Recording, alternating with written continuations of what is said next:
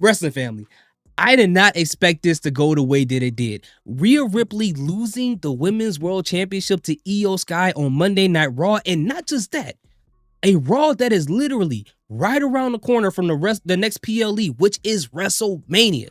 Normally, when we're this close to WrestleMania and someone has a title, they walk into Mania with that title. So I did not expect this at all. Now, before we get into what I have to say, I want to give these women a lot of credit. I want to say salute. I want to say everything. They did a fantastic job. We got 2 Monday Night Raws in a row with the women main evented each show and did a fantastic job. And both matches ended with a title change, which is crazy. And this night added to another night in 3 days where the ending was pretty crazy. Pretty crazy. So when I say I did not expect this to happen, guys, I'm sure I was thinking the same thing that everyone else in the IWC was thinking.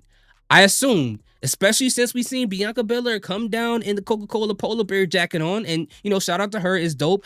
Salute to Montez, no problems over here. Seeing her come down there, I just knew, even before tonight happened, that she was going to interfere in this match, cause a disqualification. Then this would have created a triple threat match for WrestleMania between these 3 women, right? Now, what was weird is that she pushed Rhea Ripley and the referee didn't call a disqualification. Referees are being weird this weekend with this match and with the Tank Davis match, but that's a whole different story. But I guess she has to actually land a punch or a kick or hit them with a weapon in order to get a disqualification. It is what it is. But I thought the disqualifications would have created a triple threat match between the 3 women going to Mania, and then Io Sky would have won the title there. And I'm thinking that, Jade Cargill is going to get involved in that match. Remember, triple threats and no disqualification. She's going to cost Bianca Belair this match. Come out there and do exactly what she did to Naomi to cost Bianca Belair this title and to add a loss to her undefeated streak at WrestleMania. And then we're going to see Bianca Belair turn heel there. I thought that was going to be the case. But since Io won on Raw, now the question is, will they allow her to defend the title at Mania, which I think it still should be the same outcome as I said, or will they do the unfortunate thing, which I hope they don't, is to get her to lose the title after having it for only a month and some change? Because I think it just makes sense for her to retain and for Bianca to go on and have a feud with Jade Cargill, and then for Rhea Ripley to go just do something else. I don't know. Her and Liv don't need to be on the same brand, in my personal opinion. But I also think what's going to happen next week, because of what we saw today, we're going to get Rhea Ripley versus Bianca Belair on Raw next week, because they're going to be in Madison Square Garden. So I'm sure they want a big match to happen there, and that will be the big match there.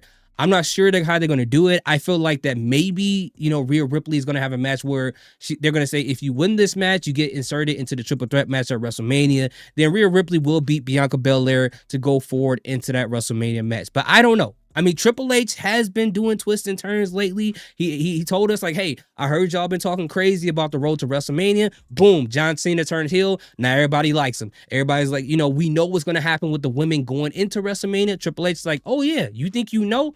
Boom, Io Sky wins the championship. He lets us know we don't know nothing, and he will put us on a fun ride. So it's going to be very interesting to see what happens next with these women. But I am absolutely happy for Io Sky. She definitely deserves it. She worked hard for this title. This is great. It's kind of refreshing to see the title not on a Liv Morgan, sorry, kicking it with Leo, or with a Rhea Ripley, but to see it on a fresh face like Io Sky. I love that they made this decision overall. I would have rather it happen at Mania, but it happened, so can't get too mad about that. The other thing I want to talk about is the beginning of Monday Night Raw. We saw that CM Punk came out hot. Okay, he was mad. He was giving people handshakes mad. He ripped that microphone out of the person who was trying to hand it to him, and he asked everyone, "Who do y'all want me to talk about?" Pat McAfee adding fuel to the fire brings up The Rock, and CM Punk's like, "Hey, you want me to talk about The Rock? That's exactly what I'm going to do." And then CM Punk starts to curse. Now, in this whole segment here, before we get to what happened between him and Seth Rollins, it's very, very interesting, because remember, when CM Punk first came to WWE after, he was gone, one of the main things he said about Roman Reigns is say, you know what, he was my wise man first. And then look at what happened later on down the line. It's playing a role into him having a favor from Paul Heyman. Now, in this promo, he sent shots directly at John Cena and The Rock, calling both of these guys bald head, which is kind of half the truth, or, a truth and a quarter, because John Cena is not fully bald head. He still got the Bird Nest cul-de-sac going. So give the man some credit for whatever's growing on the side of his head. But it makes you wonder, which I doubt they'll do this, but will they set up a match between Cody Rhodes, CM Punk versus The Rock, and John Cena, right? Kind of like what they did last year in the first night. I highly doubt they would do that, but the fact that CM Punk called both of these guys out, there has to be something that will come out of this, I would assume, right? But outside of that, he made those things. He did whatever he did, and then we saw Seth Rollins come out after CM Punk called him out, and they have a breakaway brawl. They brawl for like 5 minutes straight, and I was tired just watching it. I'm like, how do you have enough energy and hatred to fight for that long without getting tired? Well, obviously, these guys have hated each other for years in kayfabe and, shooting, having shoot interviews on each other. And I thought it was very fun. I thought it was fun to watch. And just when you thought it was over, they kept finding ways to find each other and fight again. And just when you thought it was over, after this segment was done, I don't know if CM Punk versus Seth Rollins went into halftime or they had a break or something like that. They see each other in the hallway, and once again, it's on site once again, which we're going to get a match between the two men next week on Monday Night Raw. And with that, it's going to be interesting to see what happens there as well. Because it's like, okay, will Roman Reigns be involved in this and cause a triple threat with those guys? And triple threat is going to be the word of the night. Or will Roman Reigns be involved with whatever's going on with The Rock and Cody Rhodes and John Cena? And will he get mixed into that some way or another? I'm going to be very interested to see that as well. The other thing that was kind of interesting to me was, the whole thing with Chad Gable. Okay. I don't know whether to take this serious or just kind of look at it as some like goofy thing, but remember, he kept talking about trying to find a way to get trained in the dark arts of the Lucha Libre. So somehow he went down to the hood and it looked like California or something like that. I don't know. I know they were in New York. I mean, if you guys are from New York, let me know if that's in their hood or something like that. But it was a ton of Hispanics out there. And he goes into this dark alley, gives this man some money who's holding a box, and the guy gives him the box.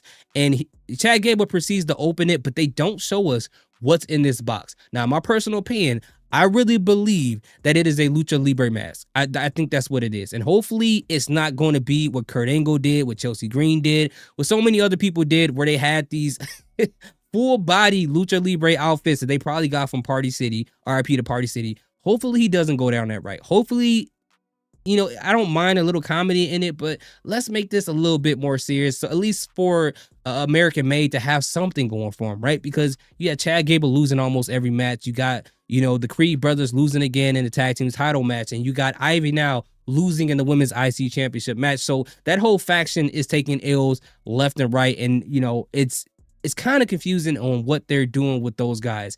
Speaking of the women's IC title match, we saw Ivy now beat Lyra Valkyria. That's interesting, only a little bit in the sense because Lyra beat her with an injured leg. So not only did she beat her with an injured leg clean, she also beat Dakota Kai twice. So it's like, okay, who is left? And I'm still wondering why they didn't just have Ivy now interfere in the match with Dakota and Lyra Valkyria, because that could have turned into another, like I said, the word of the day, say it with me, triple threat match. Okay, another triple threat match between these women. But however way they put this, they're starting to run out of women in the mid-card division on Raw. I mean, they have Zoe Stark, they have Shayna Baszler, but I don't know if they want to utilize them. I don't know what they're doing with them at this point since Sonya Deville was released by WWE. So what I really want them to do by the end of the day is not right now, but after WrestleMania, they should build up some type of feud between Lyra and Becky Lynch. Because remember, when Lyra was called up to the main roster, Becky Lynch was kind of like her big sister. So if they can build some type of storyline between the two of them, I don't know who should turn heel, who should turn face. I think that'll be a really good match and a very interesting storyline to play out. Or maybe they side with each other. Maybe Lyra turns heel and Becky turns heel. I don't know. But it's going to be very interesting to see what they do with that. And I think that's pretty much it as far as like the bigger things that happened tonight. I already named the Creed brothers. We saw, we saw Gunther versus Otis. I don't know why he's having this whole feud with the American Made. I mean, I get what happened last week, but it's just like they're just jobbers now, so it's just kind of like, what exactly is going to happen? I guess this was to build up a match. It's going to be it's actually going to be a 6-man tag match because we saw A-Town Down Under come out. So it's going to be Gunther and A-Town Down Under teaming up, going against Alpha Academy and Jey Uso in a 6-man tag match next week. I guarantee you that's exactly what they're going to do. And it's kind of weird to see Ludwig Kaiser come out on the same night. And he's not a part of whatever happens in here. Like it almost like that him and Gunther don't know each other, but their graphics all have the same font and everything, and music and everything. So it's like, why are you, if you're gonna make Ludwig Kaiser a single star, just make him that. Give him his own thing. Give him his own, graphics and everything like that. Just let him do his own thing. I think he could be a superstar if definitely handled properly. But overall, I think Raw tonight was great. We had some great matches, a great way to start the show, the great way to end the show, some storylines getting moved forward, some feuds getting built upon. I absolutely loved it overall. So let me know in the comment section, guys, what you guys think. I'm sorry, I am very sleepy and I gotta be at work in the morning. So yeah, thank you guys so much for watching. I appreciate each and every one of you guys. Salute, peace, have a great day.